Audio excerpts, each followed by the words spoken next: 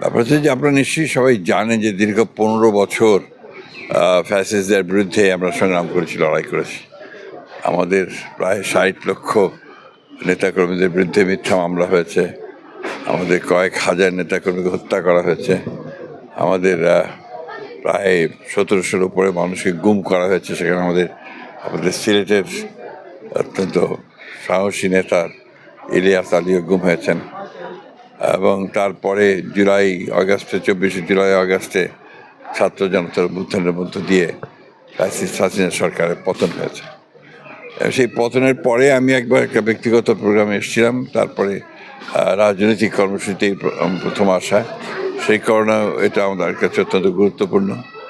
আমি যারা জুলাই আগস্টের শহীদ হয়েছেন তাদের প্রতি আমি শ্রদ্ধা জানাচ্ছি, যারা আহত হয়েছেন তাদের প্রতি সমবেদনা জানাচ্ছি, এবং এদের প্লিজ বান্ডেল থাকলে প্রতি সেনমানিতে টাকা বাঁচবে। বিকাশ সেনমানি বান্ডেল কিনে জিতুন প্রতি লেনদেনে। এদের 15 বছরে যারা অনেকেই শহীদ হয়েছেন, আহত হয়েছেন, সকলের প্রতি আমার পক্ষ থেকে, দলের পক্ষ থেকে, দেশের খালেদার পক্ষ থেকে এবং আমাদের নেতা তারেক রহমানের পক্ষ থেকে তাদের প্রতি আমাদের শ্রদ্ধা, সম্মান এবং আমরা আমাদের সহানুভূতি জ্ঞাপন করছি।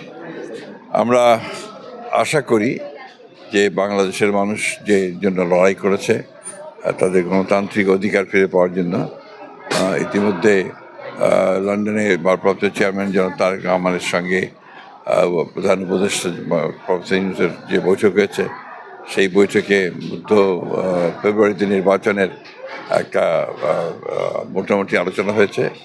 আমরা সবাই আশাবাদী যে এই নির্বাচনের মধ্য দিয়ে দেশ জাতি গণতন্ত্রে ফিরে যাবে এবং জনগণের যে গণতান্ত্রিক অধিকার সেটা প্রতিষ্ঠিত হবে, এবং যেটাকে আমরা বলি যে রাইট ট্র্যাকে দেশ উঠবে বলে আমরা বিশ্বাস করি।